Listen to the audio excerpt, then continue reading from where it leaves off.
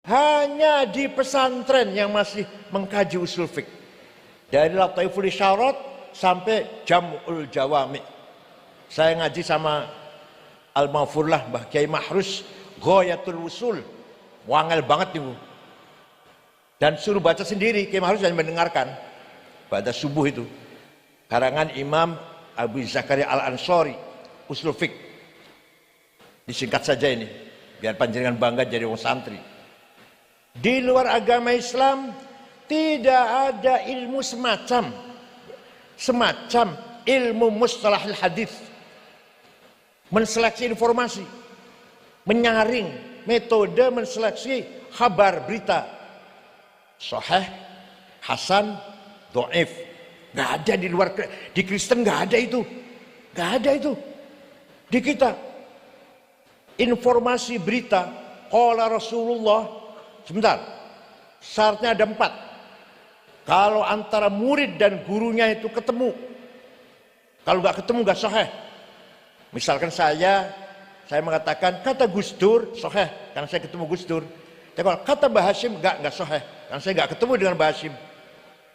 Yang kedua, gurunya dhobit, cerdas, nggak pernah lupa, hafalannya kuat. Yang ketiga, thiqah, bisa dipercaya, nggak pernah nyolong sendal di masjid.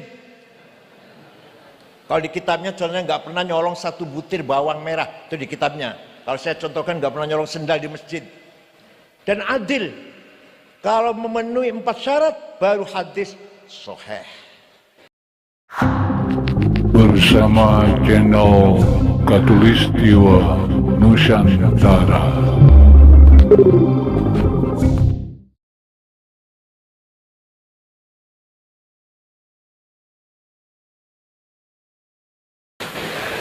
Assalamualaikum warahmatullahi wabarakatuh. Bismillah, alhamdulillah, wassalatu wassalamu ala sayyidina wa maulana wa syafi'ina wa habibina Muhammad ibn Abdullah wa ala alihi wa sahbihi wa man tabi'a sunnatahu wa jama'atah min yaumina hadza ila yaumil ba'ts wan nahdah. Alhamdulillah, malam hari ini saya bisa bergabung silatul arham dengan pesantren Ploso Al-Falah dalam rangka bimunasabati dzikra wafatil marhum Mbah Jazuli, Mbah Zainuddin, Mbah Munib, Mbah Hamim, juga dzikra miladil falah yang ke-100. Luar biasa. Dan hadirin saya lihat lebih banyak lagi daripada tahun kemarin. Ini berarti kecintaan kita terhadap pesantren semakin bertambah. Para ibu nyai yang saya hormati, pesantren merupakan al-hisnul hasin, benteng yang kokoh, lit-thaqafah wal hadarah, benteng yang kokoh pertahankan budaya, akhlak, terutama akhlak al-karimah. Tanpa pesantren kita nggak tahu akhlaknya generasi muda, anak cucu kita seperti apa, kita nggak tahu. Benar yang buatan percaya, panjenengan nggak ada putra kalih, 1 pesantren, 1 nggak pesantren. Ayo nanti hasilnya lihat. Saya jamin yang alumni pesantren insya Allah menjadi orang birrul walidain, yang ahli ibadah, bertakwa, berakhlak. Tapi kalau bukan keluar pesantren, saya nggak jamin, saya tidak jamin. Yang kedua, pesantren masih mempertahankan tafaqquh fid din. Di luar agama Islam, Kristen, Yahudi, Hindu, Buddha, Konghucu, bukan menghina, saya ngomong apa adanya ilmiah. Tidak ada ilmu semacam usul fiqh, metode memahami teks. Nggak ada metode memahami teks Injil, memahami cara piye, caranya gimana, istimbat, istidlal dari teksnya Taurat, betul wonten. Tidak punya ilmu semacam usul fiqh. Hanya di agama Islam yang ada usul fiqh yang digagas oleh Al-Imam Asy-Syafi'i, Abu Abdullah Muhammad bin Idris bin Abbas bin Uthman bin Syafi' bin Musayyab bin Ubaid bin Abd Yazid bin Abdul Muttalib. Syafi'i lahir di kota Ghuzah yang sekarang lagi digempur Israel tahun 150, wafat di Fustat Kairo tahun 204 Hijriah. Jadi usianya hanya 54 tahun Imam Syafi'i itu. Ghazali 55, Imam Nawawi 45, bapaknya Gus Dur Kiai Wahid Hasyim 39, saya 71, Masya Allah. Cucu 10, dikira kalau masih nomor apa? Ada orang usianya panjang tapi gak ono faedah, sempit. Ada orang usianya pendek tapi jembar. Yang usianya panjang sempit itu lumayan kalau pilkada suara satu lah, lumayan. Ya PKB bisa tambah 1 suara lah. Imam Syafi'i menggagas ilmu usul fiqh dimulai dari membuat surat menjawab pertanyaannya Gubernur Abdurrahman Al-Mahdi yang bertanya bagaimana caranya memahami syarat Islam dengan benar. Imam Syafi'i menulis surat. Adapun yang nulis namanya Rabi' bin Sulaiman Al-Muradi, beliau dikte caranya memahami syariat Islam. Harus paham Al-Quran. Ayat Quran ada muhkamah, ada mutasyabihah, ada mutlaqah, ada muqayyadah, ada ammah, ada khassah, ada haqiqi, ada majazi, ada nasikhah, ada mansukhah. Di luar agama Islam nggak ada itu. Paham boten? Di Islam pun hanya di pesantren yang masih mengkaji usul fiqh, dari Lataiful Isyarat sampai Jam'ul Jawami. Saya ngaji sama Al-Maghfurlah Mbah Kiai Mahrus, Ghayatul Wusul, wangel banget nih Bu. Dan suruh baca sendiri, Kiai Mahrus hanya mendengarkan pada subuh itu, karangan Imam Abu Zakaria Al-Ansari, usul fiqh. Disingkat saja ini biar panjenengan bangga jadi orang santri. Di luar agama Islam tidak ada ilmu semacam ilmu mustalahil hadis, menseleksi informasi, menyaring, metode menseleksi kabar berita sahih, hasan, dhaif. Nggak ada di luar. Di Kristen nggak ada itu, nggak ada itu. Di kita informasi berita qala Rasulullah, sebentar, syaratnya ada 4. Kalau antara murid dan gurunya itu ketemu, kalau nggak ketemu nggak sahih. Misalkan saya mengatakan kata Gus Dur sahih karena saya ketemu Gus Dur, tapi kalau kata Mbah Hasyim nggak sahih karena saya nggak ketemu dengan Mbah Hasyim. Yang kedua, gurunya dhobit, cerdas, nggak pernah lupa, hafalannya kuat. Yang ketiga, thiqah, bisa dipercaya, nggak pernah nyolong sendal di masjid. Kalau di kitabnya contohnya nggak pernah nyolong 1 butir bawang merah, itu di kitabnya. Kalau saya contohkan nggak pernah nyolong sendal di masjid. Dan adil, kalau memenuhi 4 syarat baru hadis sahih. Kurang 1 turun hasan, kurang 2 turun dhaif. Dhaifnya mauquf, munqati', maqtu', mu'allal, mursal, mu'an'an, sampai ke mungkar, makdzub. Gak ada di agama Kristen, di agama Yahudi, gak ada itu. Hanya di Islam. Islam pun hanya di pesantren. Di luar pesantren sudah gak telaten. Udah hadis sahih Imam Bukhari pasti sahih. Ya iya, ente berarti ingin tahu mateng itu ente tuh. Tahu makan sudah dimasak. Tapi mengapa sahih? Itu kita harus tahu dengan memahami mustalahul hadis, Itu yang digagas pertama kali bikin mustalah hadis Imam Syihabuddin Roma Hurmuzi tahun 99 Hijriah atas perintah Khalifah Umar bin Abdul Aziz. Bukan orang Arab. Bukan orang Arab itu, Roma Hurmuzi bukan orang Arab. Yang menggagas ilmu mustalahul hadis. Di luar agama Islam tidak ada ilmu semacam ilmu tajwid. Maca Taurat, maca Injil, kudu izhar, idgham, ikhfa, iqlab, qalqalah, mad lazim, mad jaiz, huruf halak, huruf mad, enggak ada itu. Tanya pada pendeta, pada Roma sana tanya. Ada kan ilmu semacam tajwid lah.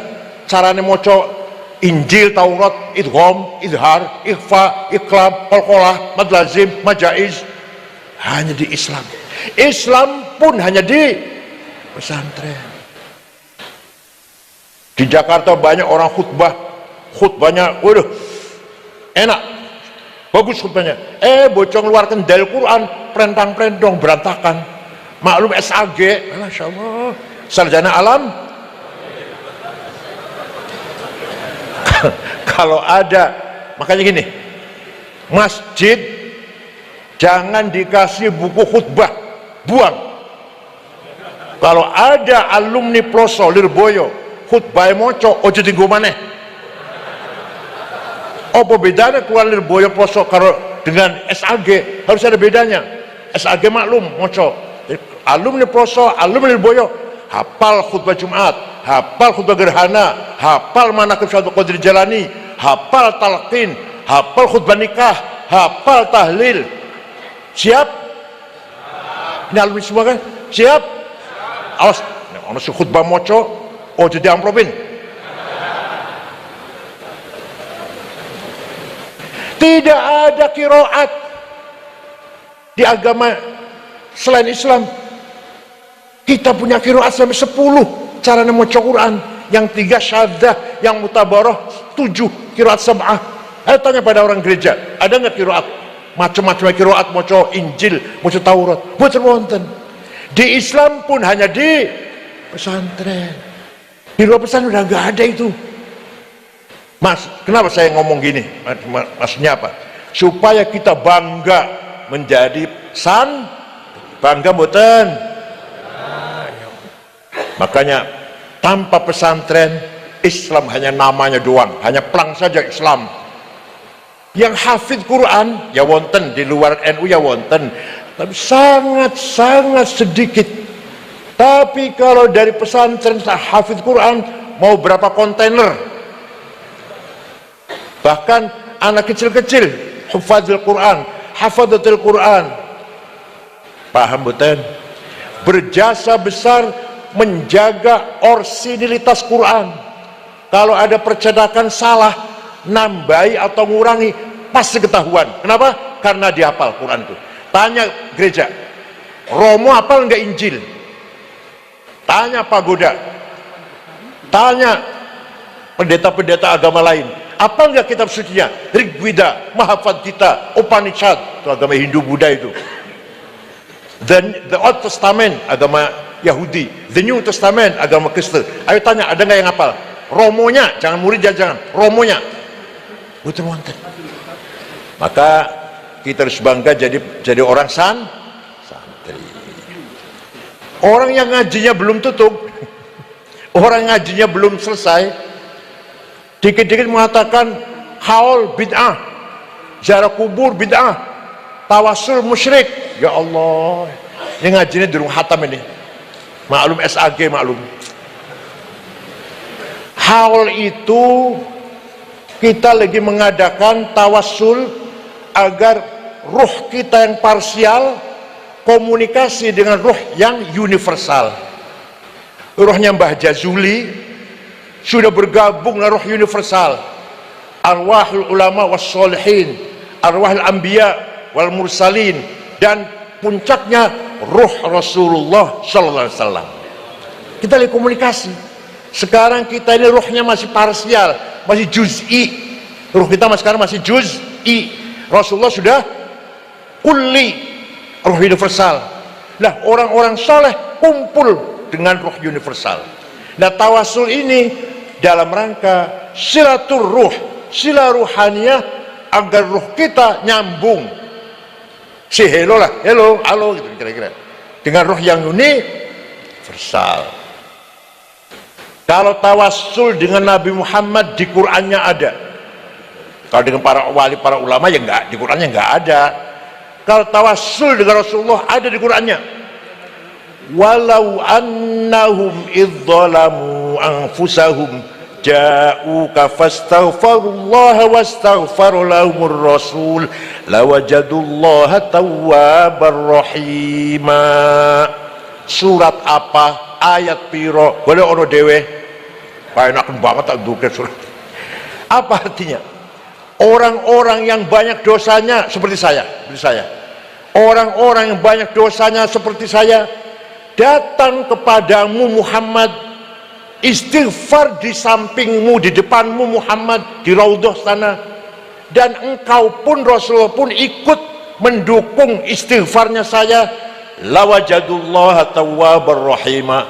Lamnya lam taukid, pasti Allah mengampuni dosanya saya, dosanya orang itu yang ziarah.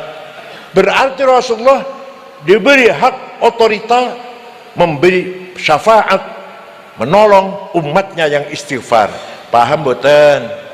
Jadi tawasul dengan kanjeng Nabi itu sunnah apa bid'ah? Bahkan wajib, bahkan wajib malah, bukan hanya sunnah. Suatu ketika ada satu suku, satu kecamatan, gampangannya pun satu kecamatan, namanya Kecamatan Mudor.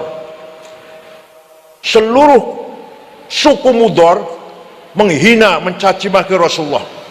Muhammad edan, majnun, Muhammad sahir, tukang santet, Muhammad syair, penyanyi.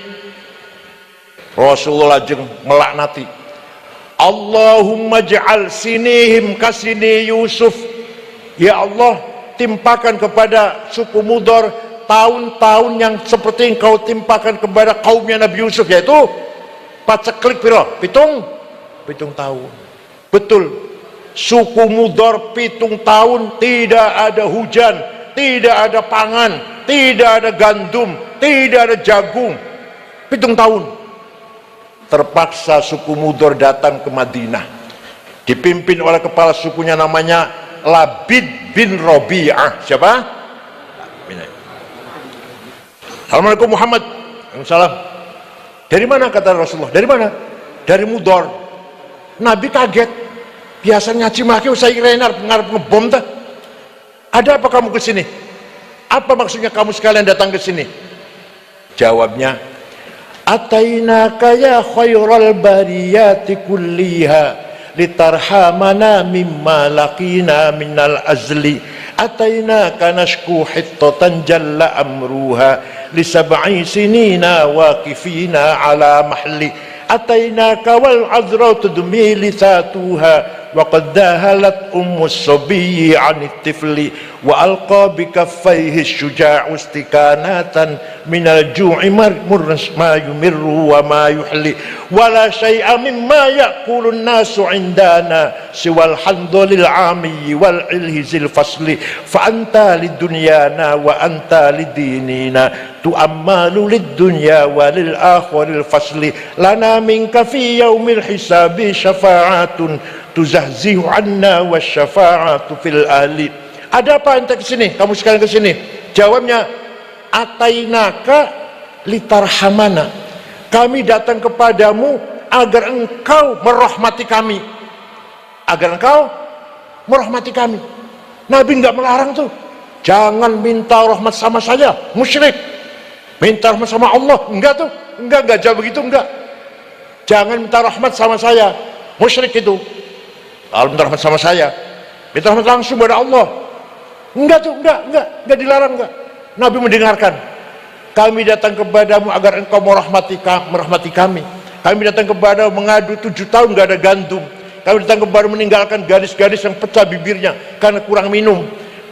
Ibu-ibu yang menyusui meninggalkan anaknya karena tidak keluar air susunya. Pemuda yang gagah, kuat, sekarang lemah lunglai. Minal ju'i sumtan, karena kelaparan. Wala syai'a mimma ya'kulun nas indana siwal handal. tidak ada yang bisa kami makan kecuali rumput padang pasir yang pahit itu. Fa'antari dunyana wa antari dinina. Engkau tempat berharap kami, urusan dunia pun urusan agama, syafaatnya kami harapkan.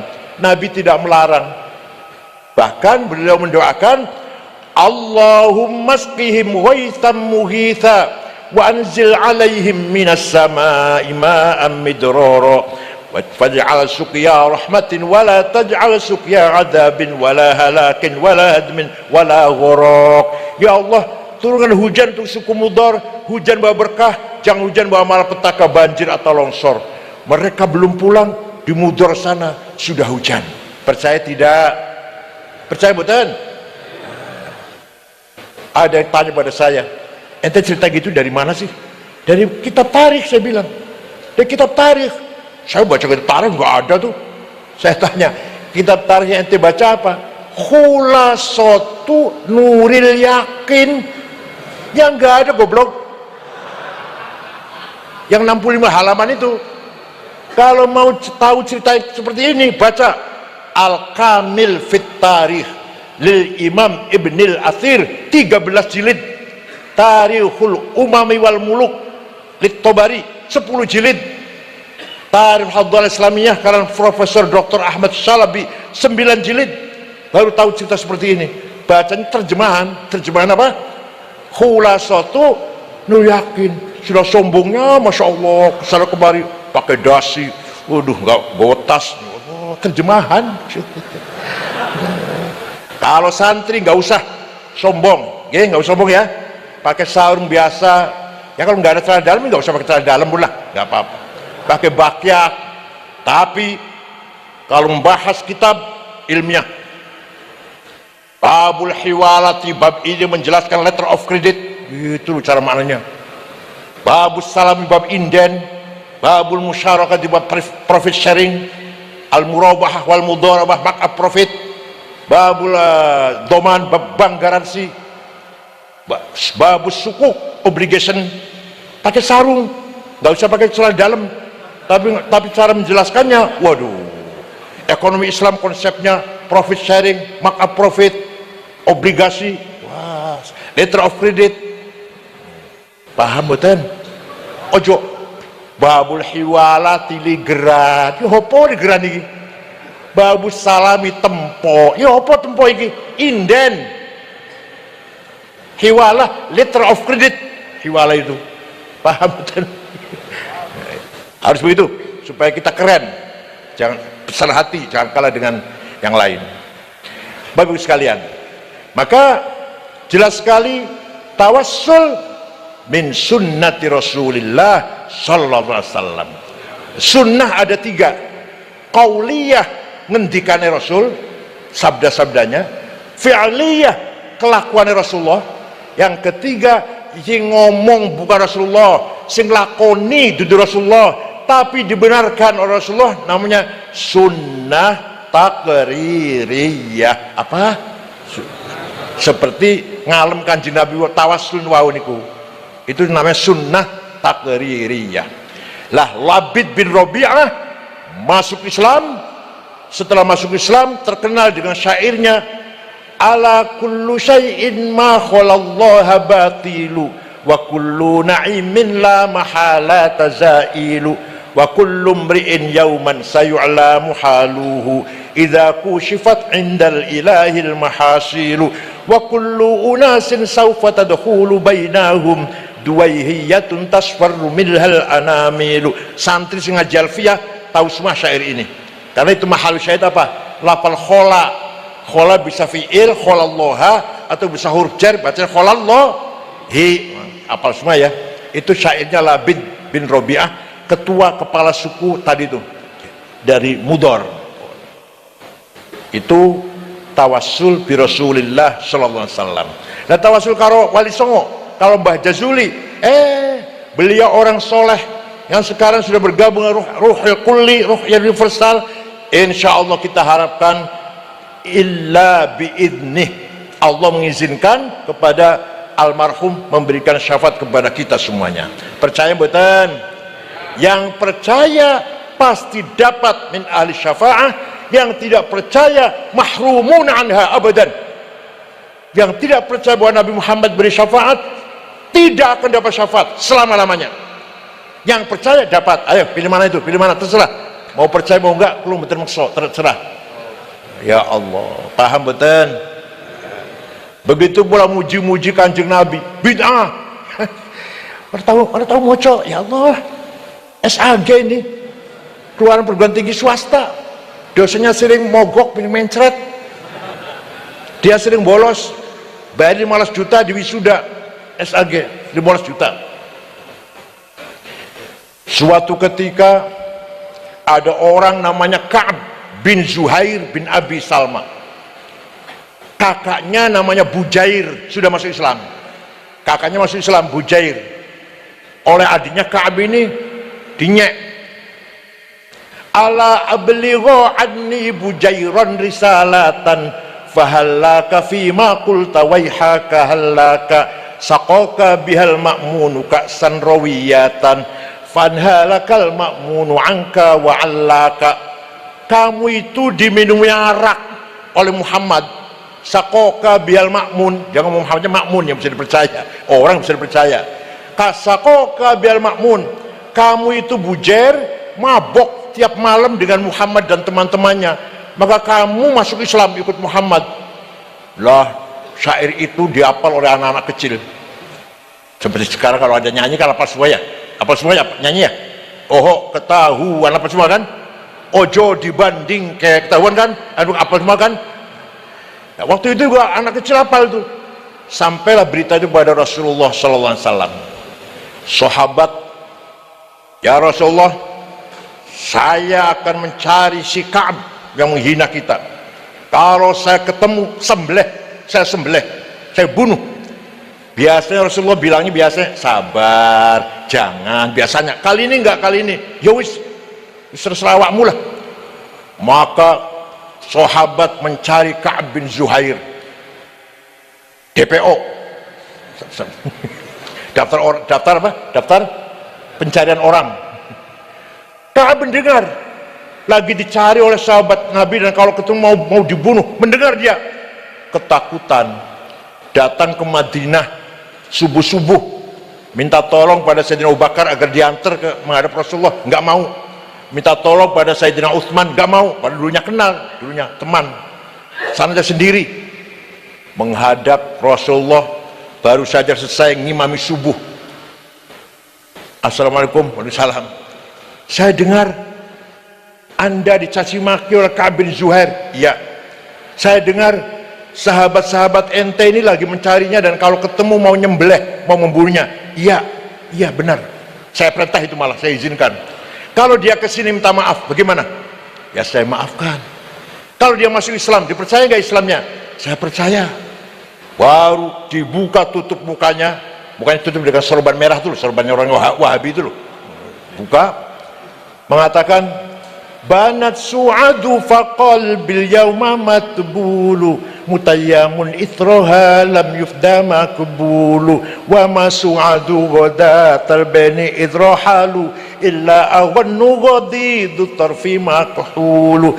Terus, innar rasula la sayfun yustadha'u bihi muhannadun min suyufillahi maslulu fi usbatin min quraishin qala qailuhum bi batni makkah lamma aslamu zulu zalu fama zala ankashun wala kushufu indal liqa'i wala milun ma'azilu syammul aranini abtalun labusuhum min nasi dawuda fil hayja sarabi la yafrahuna idha nalat rimahuhum qawman walaysu majazi'a idha nilu la yaqa'u thanu illa fi nuhurihim wa malahum an hiyadil mauti tahlilu. Sungguh engkau Rasulullah orang mulia, orang hebat, orang agung yang sukses memisahkan antara hak dan batil bagaikan pedang made in India yang tajam.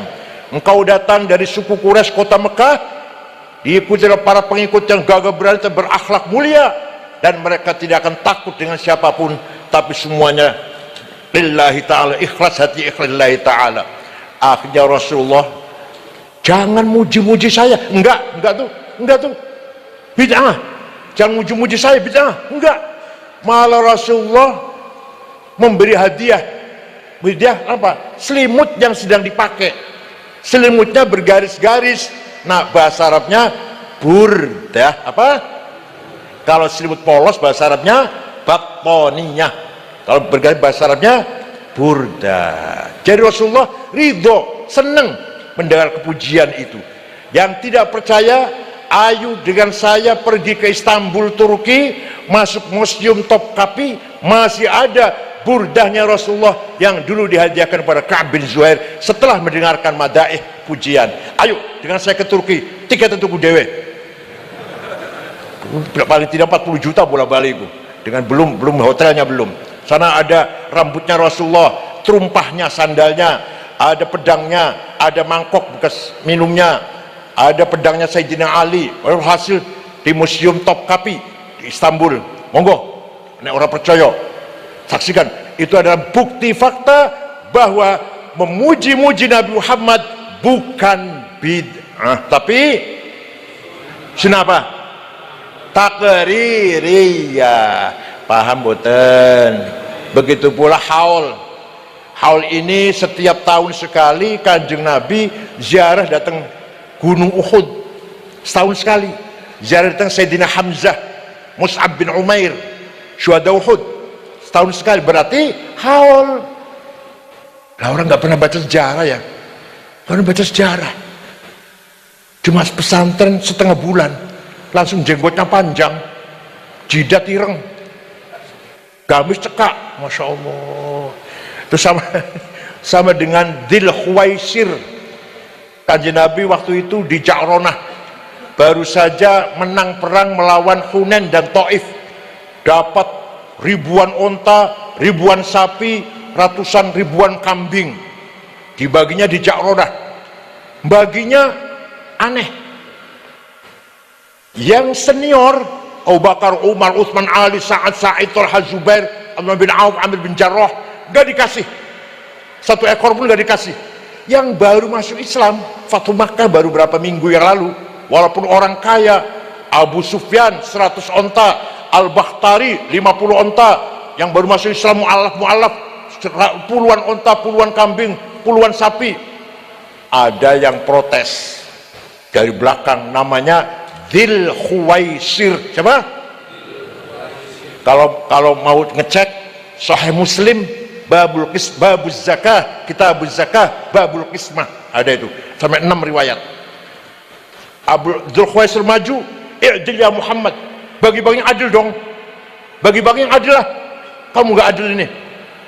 Rasulullah jawab, waihak, cilakalah kamu, ma'adala al-ardi minni, tidak ada orang yang lebih adil daripada saya di muka bumi ini.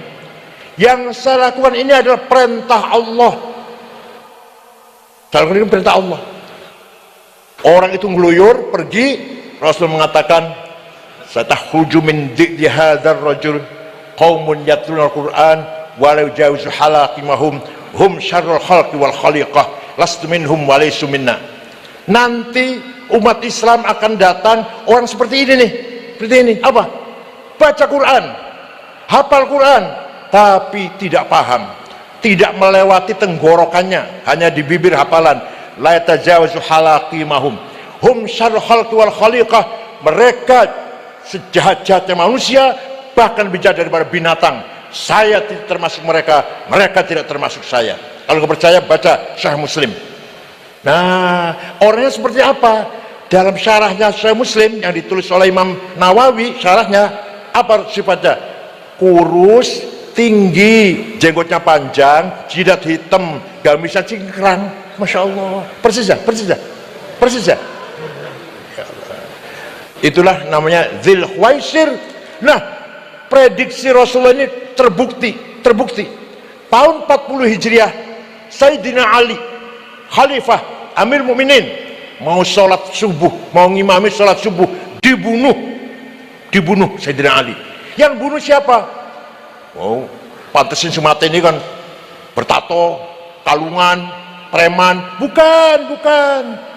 Yang bunuh Ali namanya Abdullah bin Muljim, qaimul lail, shaimun nahar, hafizul Quran. Abdurrahman bin Muljam yang bunuh Sayyidina Ali tiap malam tahajud, tiap hari puasa, hafal Quran. Kenapa dia bunuh Ali? Ali kafir, kata dia. Ali kafir. Di mana kafirnya? Karena dia menjalankan hukum bukan hukum Allah, tapi musyawarah. Kalau ada masalah, musyawarah dengan sahabat-sahabat. Seperti kita DPR, seperti kita DPR, MPR, seperti itu. Nah, waktu itu kalau ada masalah Sayyidina Ali musyawarah, berarti tidak menjalankan hukum Allah tapi hukum manusia. Wa malam yahkum bima anzalallah faulaika humul kafirun. Barang siapa tidak menjalankan hukum Allah, kafir. Ali kafir, maka harus dibunuh. Sebenarnya yang mau dibunuh 3 orang, Sayyidina Ali, Muawiyah gubernur Syam, Amr bin As gubernur Mesir. Tapi yang 2 selamat. Kenapa? Entah sholatnya di rumah nggak keluar, atau sholat subuhnya agak kesiangan barangkali. Kalau Sayyidina Ali keluar mau sholat subuh jam 4 itu dibunuh. Maka hati-hati kalau sholat subuh keluar, hati-hati. Yang paling aman sudah. Hati-hati, itu sejarah betul itu. Awal irhab, awal mula ada terorisme dalam Islam itu Abdurrahman bin Muljam membunuh Sayyidina Ali. Pertama kali ada radikalisme dalam agama Islam. Alhamdulillah di Indonesia, alhamdulillah teroris semua ketangkep. Tapi masih ada jaringan Afghanistan, Filipina Selatan, Sulawesi Tengah, dan Bima. Itu jaringannya itu. Di Kediri ada ya? Ada Kediri ya? Ada ya? Terus Kediri ada ya? Kediri wonten kan? Cirebon ada, namanya Syarifuddin dari Kuningan. Tegal ada Muhammad Ali. Pemalang ada Umar Patek. Batang ada Dul Matin. Lamongan, Masya Allah, Gus Amrozi, Gus Mukhlas, Gus Imron, Gus Ali Imron. Banten Imam Samudra, Masya Allah. Siapa lagi? Surabaya, Malang ada, Surabaya ada, Pasuruan ada, Solo banyak. Alhamdulillah semuanya, tidak satupun alumni pesantren, tidak satupun warga Nahdlatul Ulama. Karena di NU sudah punya prinsip, kita memahami Islam bahwa Islam membawa rahmatan lil alamin, tidak boleh membunuh orang seenaknya. Jangan membunuh, mencaci maki itu nggak boleh. Wala tasubbul ladzina yad'una min dunillah fayasubbullaha adwan bighairi ilm kadzalika zayyana likulli ummatin amalahum. Coba Quran ini, wala tasubbul ladzina yad'una min dunillah. Kamu jangan mencaci maki orang yang tidak menyembah Allah. Orang yang tidak menyembah Allah, jangan caci maki. Nyembah patung, nyembah batu, nyembah berhala, nyembah salib, jangan caci maki. Ya kita dakwah, ngajak tapi dengan halus, dengan ramah. Tidak boleh ucap kata-kata kotor. Quran itu. Kadzalika zayyana likulli ummatin amalahum. Demikianlah saya ciptakan bagi setiap kelompok mempunyai kebanggaannya masing-masing. Sana bangga dengan agamanya, kita bangga dengan Islam kita. Sana bangga dengan budayanya, kita bangga dengan budaya kita. Sana bangga dengan kuliner, cara masak, cara berpakaian, cara lagu, bahasanya. Kita pun bangga dengan bahasa kita, budaya kita, peradaban kita. Paham boten? Jadi tidak boleh mencaci maki orang yang tidak menyembah Allah. Quran itu surat Al-An'am nomor 100 ayat 108 kalau ingin tahu. Baik sekalian, maka mari kita pertahankan nilai-nilai pesantren yang berdiri sejak sebelum merdeka. Sejak sebelum merdeka, Belanda melarang sekolah pribumi supaya jangan pinter. Beda dengan Inggris. Kalau Inggris menjajah, rakyatnya dididik. Makanya merdeka pinter-pinter orangnya, bahasa Inggris, Malaysia, Brunei, Singapura, Mesir. Tapi kalau Belanda, Prancis, Itali, pribumi jangan pinter, ojo pinter pribumi. Maka bapak saya tidak tahu satu pun bahasa Belanda. Makan tuh bahasa Belanda apa? Selamat pagi itu nggak ngerti udah. Tahu tahun 1902, tahun 1902 Belanda merubah politiknya, pribumi boleh sekolah. Orang-orang yang nantinya akan jadi Muhammadiyah, belum ada Muhammadiyah, orang-orang akan nantinya akan jadi Muhammadiyah menerima sekolah. Orang-orang yang nantinya kiai-kiai yang nanti akan jadi NU, belum ada NU kan waktu itu, menolak sekolah, haram sekolah. Nulis dari kiri itu haram. Ayah saya nulis dari kiri haram. Pakai celana pendek walaupun laki-laki haram. Apalagi pakai celana haram, dasi haram, saksi nikah nggak pakai kopiah nggak sah. Itu kiai-kiai dulu kayak itu dulu. Termasuk Kiai Mahrus barangkali. Ayah saya juga sama dengan Kiai Mahrus. Nah, apa artinya? Muhammadiyah berjasa besar. Ingat, Muhammadiyah berjasa besar menjaga Islamnya orang-orang Islam yang kerja di kantor-kantor Belanda. Orang Islam kerja di kantor Belanda, orang kota, Islamnya tetap bukan murtad, dijaga oleh Muhammadiyah. Tapi Muhammadiyah tidak ada tafaqquh fid din. Paham betul? Lah NU atau kiai-kiai NU di pesantren-pesantren, kampung-kampung, desa-desa tidak ngurusi Islamnya orang kota, tidak ngurus Islamnya orang kota, tapi di pesantren itulah lihat tafaqquh fid din wal yunziru qaumahum idza raja'u ilaihim. Tafsir, hadis, ilmu tafsir, ilmu hadis, usul fiqh, faqih, tarikh, ilmu kalam, ditafaqquh, didalami, dipelajari dengan mendalam. Itu pesantren. Maka di pesantren kiai-kiai luar biasa. Munas NU 2 hari bisa menjawab pertanyaan 15 pertanyaan 2 hari. Ya Allah, coba selain NU cari, selain NU nggak akan bisa itu. Pertanyaannya masyarakat 15 pertanyaan dijawab 2 hari. Apa hukumnya cloning, apa hukumnya Jumatan di kantor, apa hukumnya bunga bank, apa hukumnya keluarga berencana, dan seterusnya. 2 hari beres 15 pertanyaan. Di luar NU potong telinga saya kalau bisa jawab 15 pertanyaan hanya 2 hari. Paham betul? Karena itu kita bangga dengan pesantren, bangga dengan Nahdlatul Ulama, bangga ahli sunnah wal jamaah. Insyaallah ala barakatillah semuanya. Mudah-mudahan malam hari ini semua kita mendapatkan maghfirah, rahmah turun dari Allah kepada kita semua, karena kita datang ke sini tanpa diperintah, tanpa disuruh, tanpa dipaksa. Gibutan lillahi ta'ala. Alhamdulillah malam hari ini saya bisa bergabung silatul arham dengan pesantren Pelosok Al-Falah dalam rangka bimunasabati dzikra wafatil marhum Mbah Jazuli, Mbah Zainuddin, Mbah Munib, Mbah Hamim, juga dzikra miladil falah yang ke 100. Luar biasa. Dan hadirin saya lihat lebih banyak lagi daripada tahun kemarin. Ini berarti kecintaan kita terhadap pesantren semakin bertambah. Para ibu nyai yang saya hormati,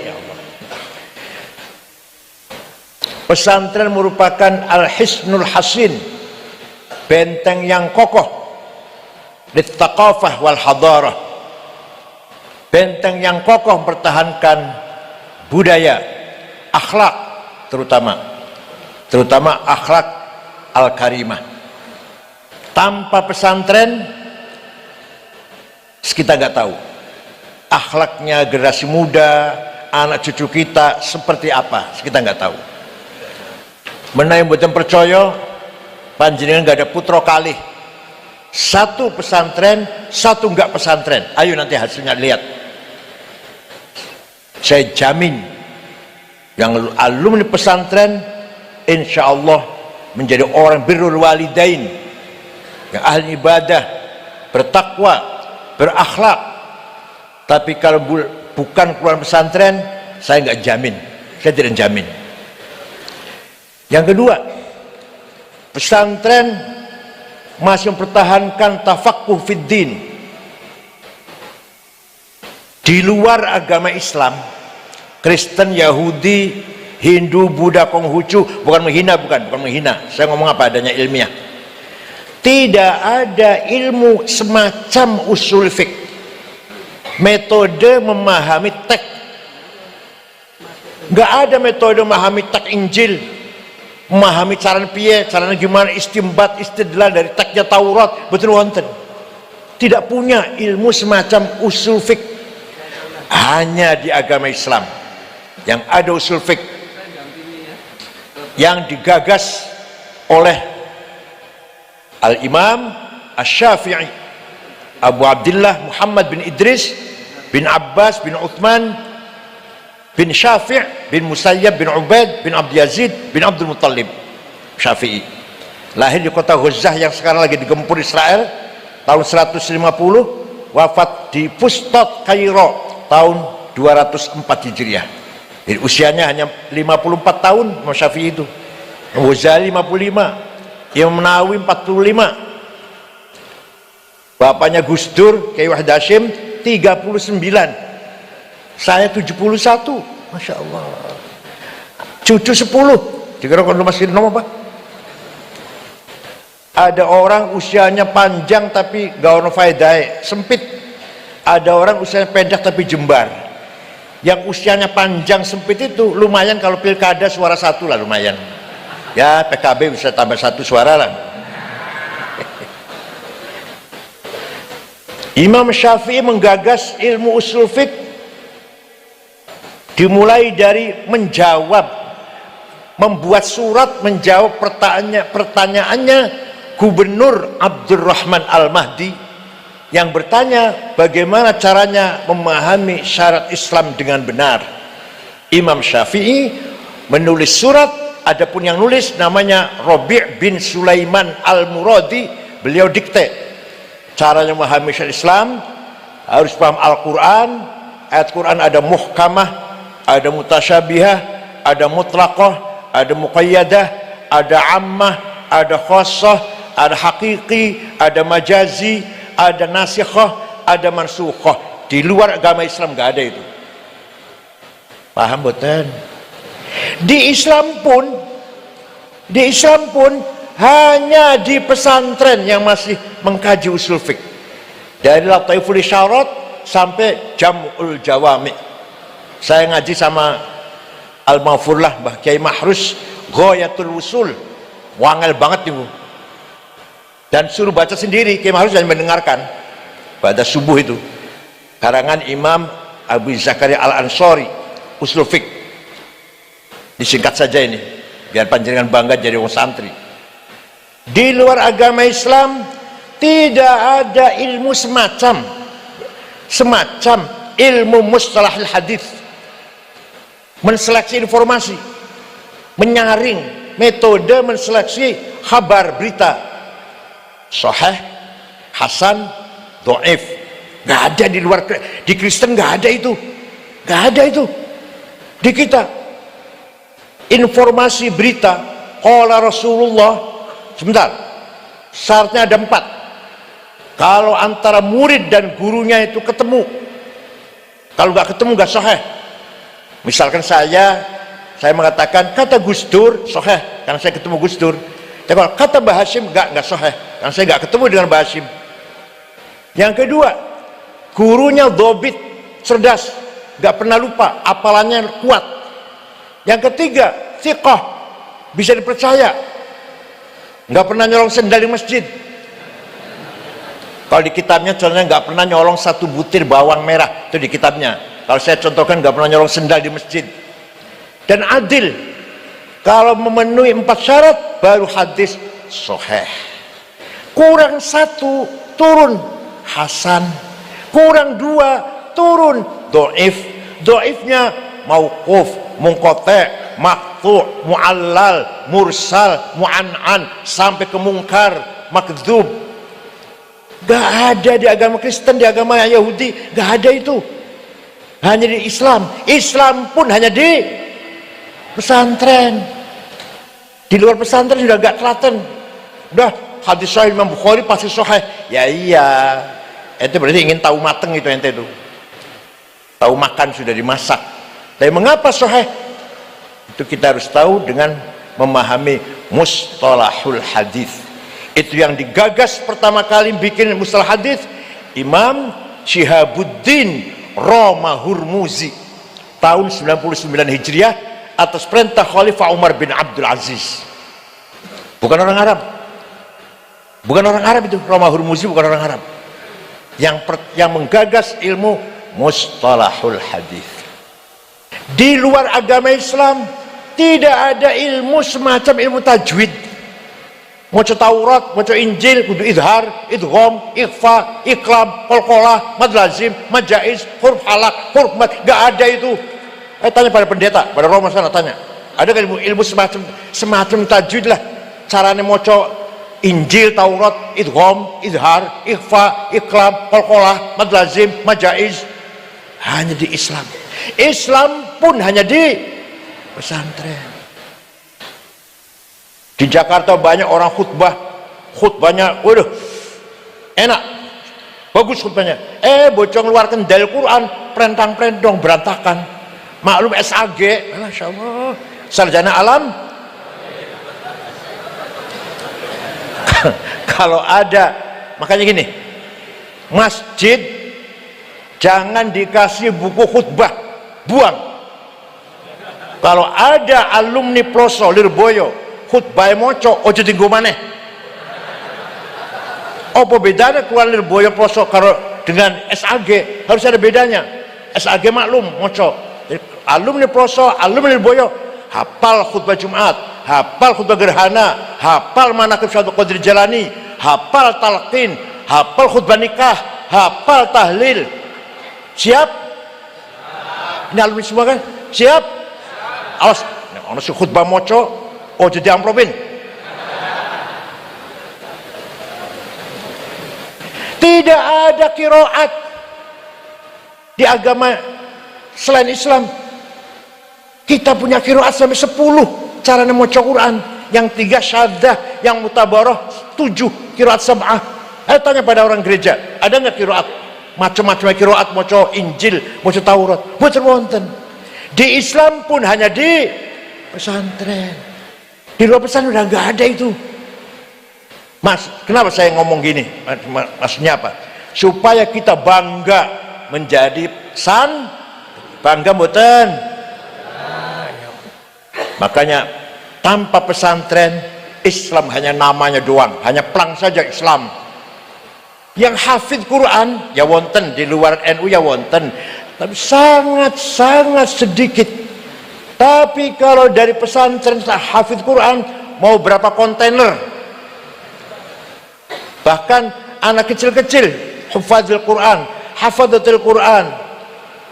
Paham betul? Berjasa besar menjaga orsinilitas Quran. Kalau ada percetakan salah, nambahi atau ngurangi pasti ketahuan. Kenapa? Karena dihafal Quran itu. Tanya gereja, Romo hafal enggak Injil? Tanya pagoda, tanya pendeta-pendeta agama lain, apa enggak kitab sucinya? Rigveda, Mahabharata, Upanishad, itu agama Hindu Buddha itu. The Old Testament agama Yahudi, The New Testament agama Kristen. Ayo tanya, ada nggak yang hafal? Romonya, jangan murid, jangan Romonya. Betul wonten. Maka kita harus bangga jadi orang santri. Orang yang ngajinya belum tutup, orang ngajinya belum selesai, dikit-dikit mengatakan haul bid'ah, ziarah kubur bid'ah, tawasul musyrik. Ya Allah, ini ngajinya durung hatam ini. Maklum SAG maklum. Haul itu kita lagi mengadakan tawasul agar ruh kita yang parsial komunikasi dengan ruh yang universal. Ruhnya Mbah Jazuli sudah bergabung dengan ruh universal. Arwahul ulama was solihin, arwahul anbiya wal mursalin, dan puncaknya ruh Rasulullah sallallahu alaihi wasallam. Kita lagi komunikasi. Sekarang kita ini ruhnya masih parsial, masih juz'i. Ruh kita sekarang masih juz'i. Rasulullah sudah kulli, ruh universal. Nah, orang-orang soleh kumpul dengan ruh universal. Nah, tawasul ini dalam rangka silatur ruh, sila ruhaniyah, agar ruh kita nyambung. Si hello lah, hello, halo gitu kira-kira. Dengan ruh yang universal. Kalau tawasul dengan Nabi Muhammad di Qur'annya ada. Kalau dengan para wali, para ulama ya enggak, di Qur'annya enggak ada. Kalau tawasul dengan Rasulullah ada di Qur'annya. Walau annahum idzalamu anfusahum ja'uka fastaghfirullaha wastaghfara lahumur rasul lawajadullaha tawwabar rahima. Surat apa, ayat piro, boleh ono dewe. Enak banget tak duka surat. Apa artinya? Orang-orang yang banyak dosanya seperti saya. Orang-orang yang banyak dosanya seperti saya datang kepadamu Muhammad, istighfar di sampingmu, di depanmu Muhammad, di raudhah sana, dan engkau pun Rasulullah pun ikut mendukung istighfarnya saya, lawajadullaha tawwabar rahima. Lamnya lam taukid, pasti Allah mengampuni dosanya saya, dosanya orang itu yang ziarah. Berarti Rasulullah diberi hak otorita memberi syafaat, menolong umatnya yang istighfar. Paham boten? Jadi tawasul dengan kanjeng Nabi itu sunnah apa bid'ah? Bahkan wajib, bahkan wajib malah, bukan hanya sunnah. Suatu ketika ada satu suku, satu kecamatan, gampangannya pun satu kecamatan, namanya kecamatan Mudor. Seluruh suku Mudor menghina, mencaci maki Rasulullah. Muhammad edan, majnun, Muhammad sahir, tukang santet, Muhammad syair, penyanyi. Rasulullah lajeng melaknati, Allahumma ja'al sinihim kasini Yusuf. Ya Allah, timpakan kepada suku Mudor tahun-tahun yang seperti engkau timpakan kepada kaumnya Nabi Yusuf, yaitu paceklik piro, pitung tahun. Betul, suku Mudor pitung tahun tidak ada hujan, tidak ada pangan, tidak ada gandum, tidak ada jagung. Pitung tahun. Terpaksa suku Mudor datang ke Madinah, dipimpin oleh kepala sukunya namanya Labid bin Rabi'ah. Siapa? Assalamualaikum Muhammad. Waalaikumsalam. Dari mana kata Rasulullah? Dari mana? Dari Mudor. Nabi kaget. Biasanya nyaci maki usai renar ngarep ngebom dah. Ada apa kamu ke sini? Apa maksudnya kamu sekalian datang ke sini? Jawabnya, atainaka ya khairal bariyati kulliha litarhamana mimma laqina minal azli atainaka nashku hittatan jalla amruha li sab'i sinina waqifina ala mahli atainaka wal azra tudmi lisatuha wa qad dahalat ummus sabiyyi 'anit tifli wa alqa bi kaffayhi syuja'u istikanatan minal ju'i murnas ma yumirru wa ma yuhli wala syai'a mimma ya'kulun nasu 'indana siwal handulil 'ami wal ilhizil fasli fa anta lidunyana wa anta lidinina tu'ammalu lid-dunya wa lil akhiril fasli lana minka fi yaumil hisabi syafa'atun tuzahzihu anna wasyafa'atu fil ahli. Ada apa ente kesini? Kamu sekalian kesini? Jawabnya, atainaka litarhamana. Kami datang kepadamu agar engkau merahmati kami. Agar engkau merahmati kami. Nabi enggak melarang tuh. Jangan minta rahmat sama saya, musyrik. Minta rahmat sama Allah, enggak tuh. Enggak jauh begitu, enggak. Jangan minta rahmat sama saya, musyrik itu. Kalau minta rahmat sama saya, minta rahmat langsung kepada Allah. Enggak tuh, enggak dilarang, enggak. Nabi mendengarkan. Kami datang kepadamu agar engkau merahmati kami. Kami datang kepadamu mengadu 7 tahun enggak ada gandum. Kami datang kepadamu meninggalkan gadis-gadis yang pecah bibirnya karena kurang minum. ibu-ibu yang menyusui meninggalkan anaknya karena tidak keluar air susunya, pemuda yang gagah kuat sekarang lemah lunglai, minal ju'i sumtan, karena kelaparan. Wala syai'a mimma ya'kulun nas indana siwal handal, tidak ada yang bisa kami makan kecuali rumput padang pasir yang pahit itu.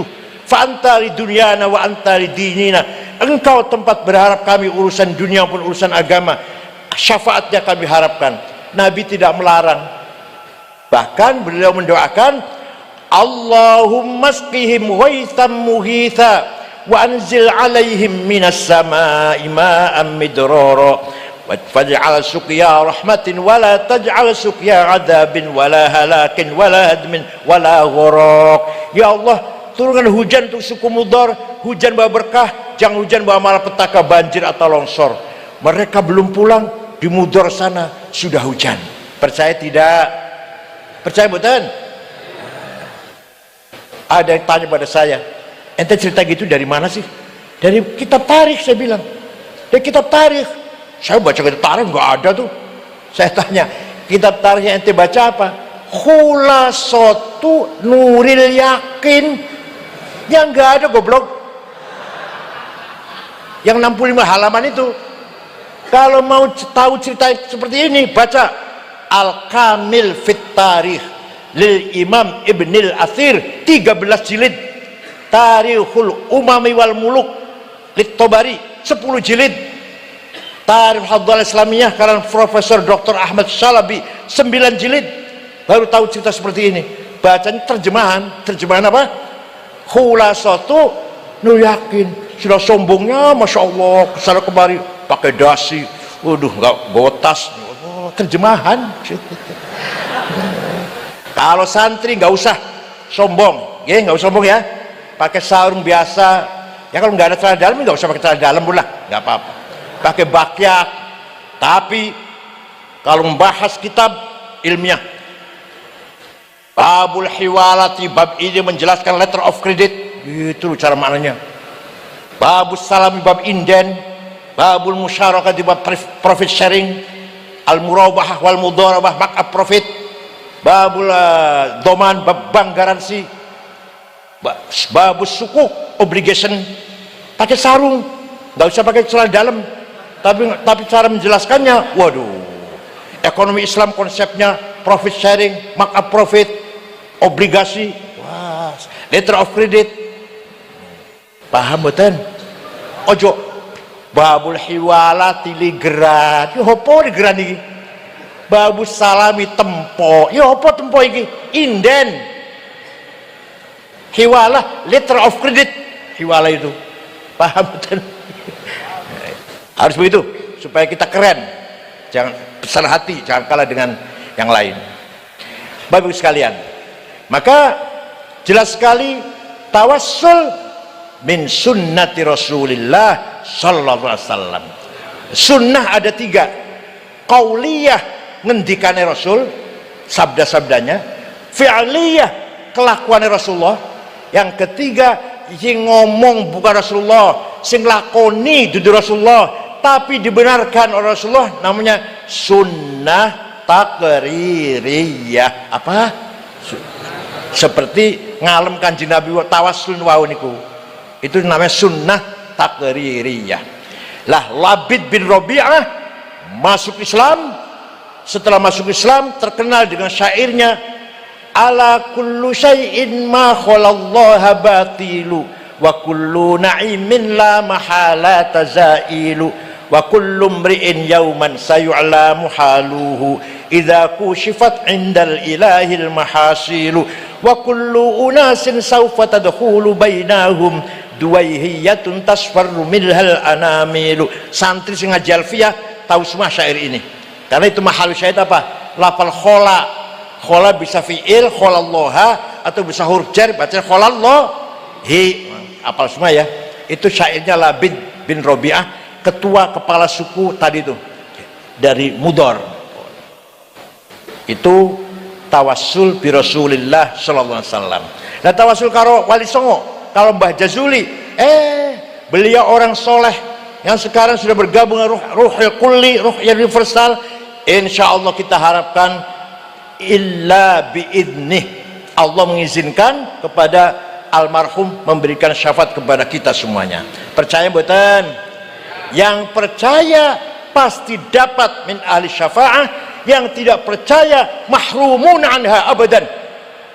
Yang tidak percaya bahwa Nabi Muhammad beri syafaat tidak akan dapat syafaat selama-lamanya. Yang percaya dapat. Ayo pilih mana itu, pilih mana, terserah.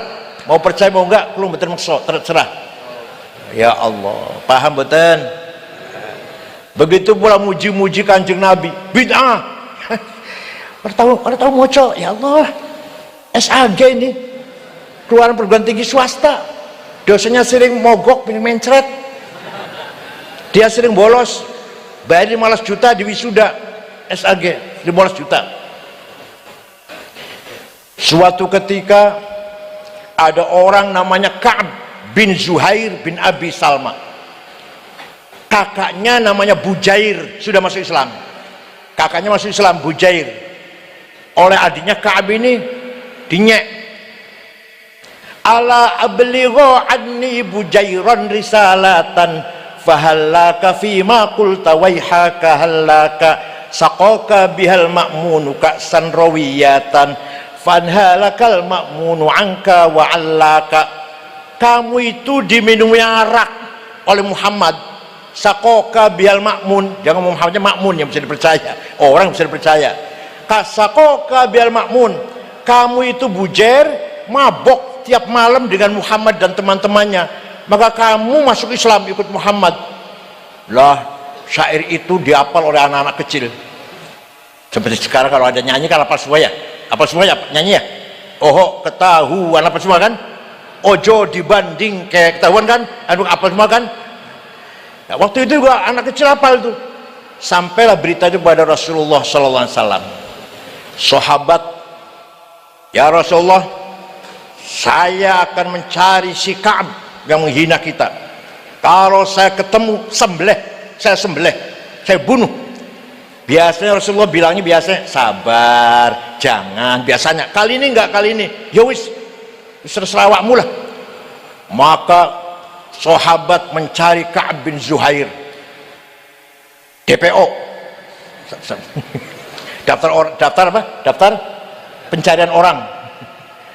Ka'ab mendengar lagi dicari oleh sahabat Nabi, dan kalau ketemu mau dibunuh, mendengar dia ketakutan, datang ke Madinah subuh-subuh minta tolong pada Sayyidina Abu Bakar agar diantar ke menghadap Rasulullah, nggak mau. Minta tolong pada Sayyidina Utsman, nggak mau, pada dulunya kenal, dulunya teman. Sana dia sendiri menghadap Rasulullah, baru saja selesai ngimami subuh. Assalamualaikum, waalaikumsalam. Saya dengar Anda dicaci maki oleh Ka'ab bin Zuhair. Iya. Saya dengar sahabat-sahabat ente ini lagi mencarinya, dan kalau ketemu mau nyembelih, mau membunuhnya. Iya, iya benar. Saya perintah itu, malah saya izinkan. Kalau dia kesini minta maaf, bagaimana? Ya saya maafkan. Kalau dia masuk Islam, dipercaya nggak Islamnya? Saya percaya. Baru dibuka tutup mukanya, mukanya tutup dengan sorban merah tuh, sorbannya orang Wahabi itu loh.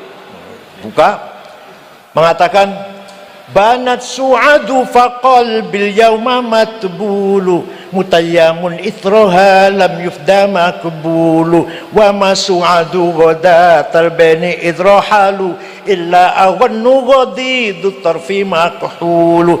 Terus, innar rasula la sayfun yustadha'u bihi muhannadun min suyufillahi maslulu fi usbatin min quraishin qala qailuhum bi batni makkah lamma aslamu zulu zalu fama zala ankashun wala kushufu indal liqa'i wala milun ma'azilu syammul aranini abtalun labusuhumu min nasi dawuda fil hayja sarabilu la yafrahuna idha nalat rimahuhumu qawman walaysu majazi'a idha nilu la yaqa'uthanu illa fi nuhurihimi wa malahum an hiyadil mauti tahlilu.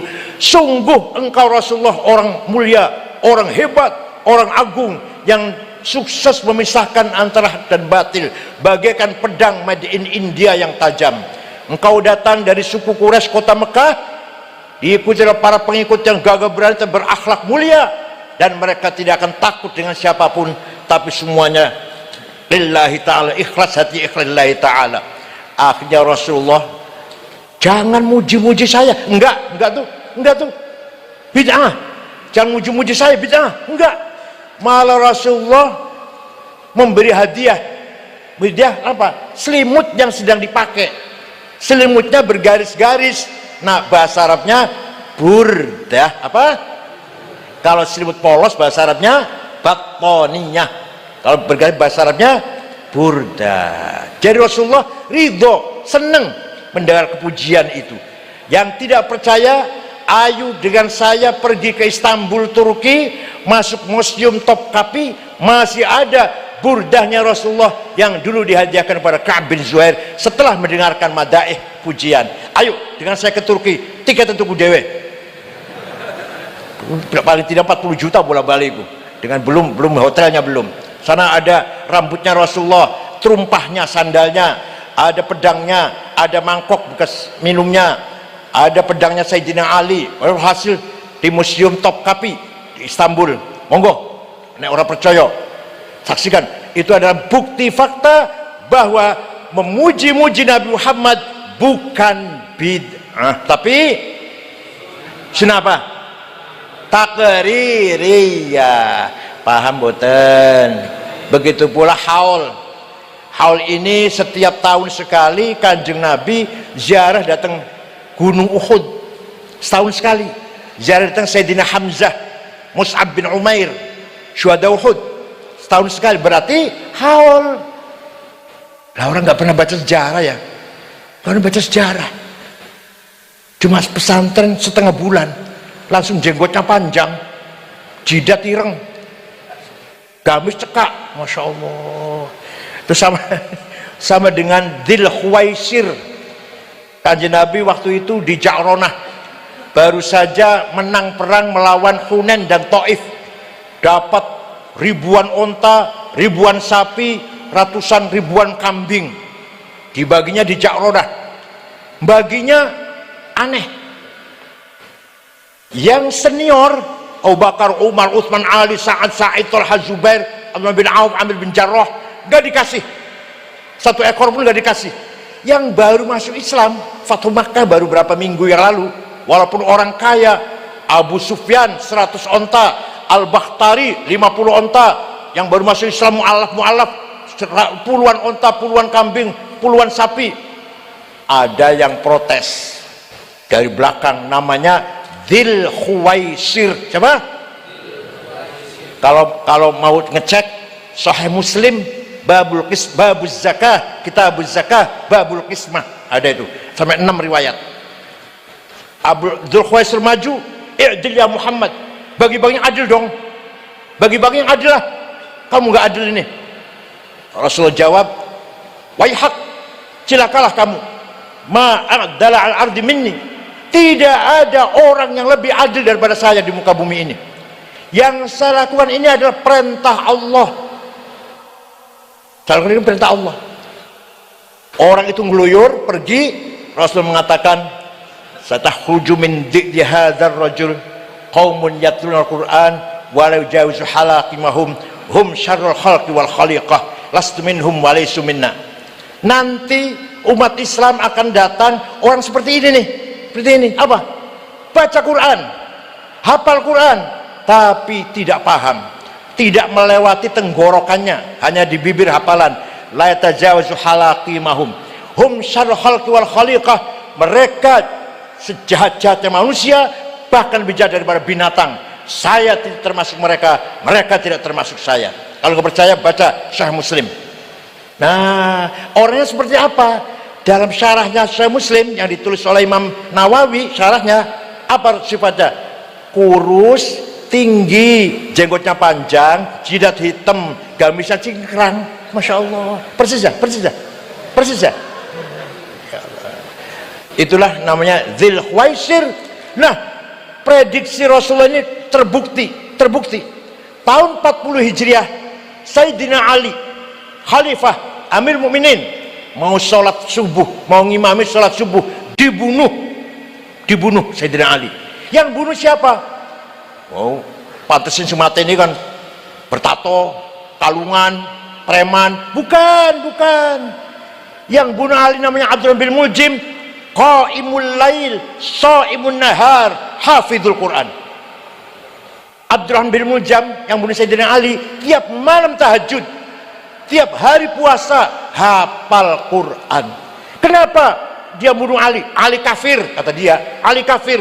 Di mana kafirnya? Karena dia menjalankan hukum bukan hukum Allah, tapi musyawarah. Jadi kalau ada masalah, musyawarah dengan sahabat-sahabat. Seperti kita DPR, MPR, seperti itu. Nah, waktu itu kalau ada masalah Sayyidina Ali musyawarah, berarti tidak menjalankan hukum Allah tapi hukum manusia. Wa malam yahkum bima anzalallah faulaika humul kafirun. Barang siapa tidak menjalankan hukum Allah, kafir. Ali kafir, maka harus dibunuh. Sebenarnya yang mau dibunuh 3 orang, Sayyidina Ali, Muawiyah gubernur Syam, Amr bin As gubernur Mesir. Tapi yang 2 selamat. Kenapa? Entah sholatnya di rumah nggak keluar, atau sholat subuhnya agak kesiangan barangkali. Kalau Sayyidina Ali keluar mau sholat subuh jam 4 itu dibunuh. Maka hati-hati kalau sholat subuh keluar, hati-hati. Yang paling aman sudah. Hati-hati. Itu sejarah betul itu. Awal irhab, awal mula ada terorisme dalam Islam itu Abdurrahman bin Muljam membunuh Sayyidina Ali. Pertama kali ada radikalisme dalam agama Islam. Alhamdulillah di Indonesia, alhamdulillah teroris semua ketangkep. Masih ada jaringan Afghanistan, Filipina Selatan, Sulawesi Tengah, dan Bima. Itu jaringannya itu. Di Kediri ada ya? Ada Kediri ya? Ada. Terus Kediri ada ya? Kediri wonten kan? Cirebon ada. Namanya Syaifuddin dari Kuningan. Tegal ada Muhammad Ali. Pemalang ada Umar Patek. Batang ada Dul Matin. Lamongan, Masya Allah, Gus Amrozi, Gus Mukhlas, Gus Imron, Gus Ali Imron. Banten Imam Samudra, Masya Allah. Siapa lagi? Surabaya, Malang ada, Surabaya ada, Pasuruan ada, Solo banyak. Alhamdulillah semuanya, tidak satupun alumni pesantren, tidak satupun warga Nahdlatul Ulama. Karena di NU sudah punya prinsip, kita memahami Islam bahwa Islam membawa rahmatan lil alamin, tidak boleh membunuh orang seenaknya. Jangan membunuh, mencaci maki itu nggak boleh. Wala tasubbul ladzina yad'una min dunillah fayasubbullaha adwan bighairi ilm kadzalika zayyana likulli ummatin amalahum. Coba Quran ini, wala tasubbul ladzina yad'una min dunillah, kamu jangan mencaci maki orang yang tidak menyembah Allah. Orang yang tidak menyembah Allah jangan caci maki.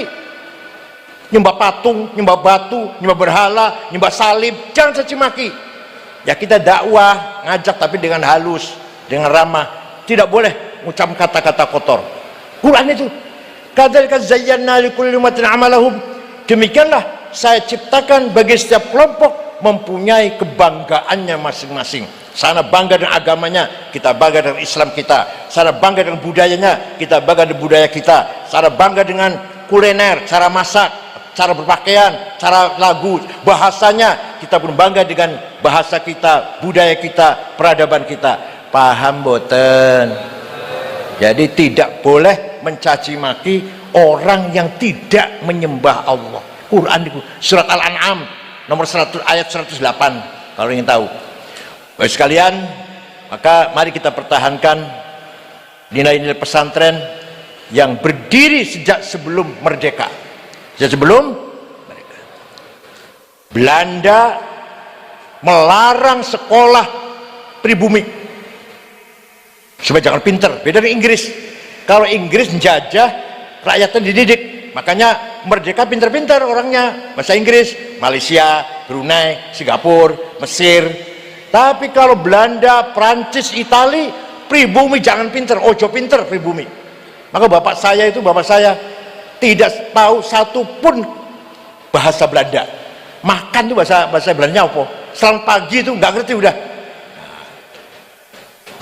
Tahun 1902, Belanda merubah politiknya. Pribumi boleh sekolah. Orang-orang yang nantinya akan jadi Muhammadiyah, belum ada Muhammadiyah, orang-orang akan nantinya akan jadi Muhammadiyah menerima sekolah.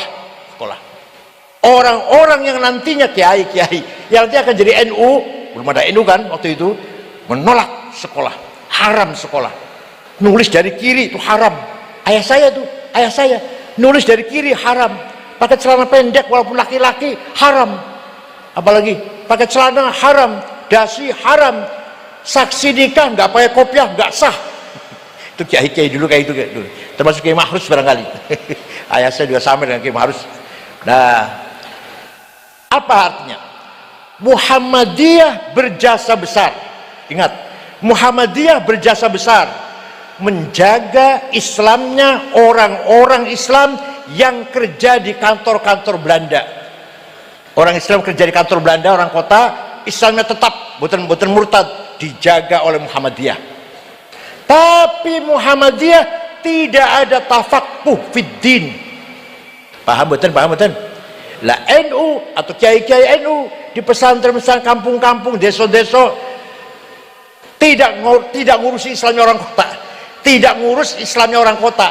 Tapi di pesantren itulah lihat tafaqquh fiddin wal yunziru qaumahum idza raja'u ilaihim.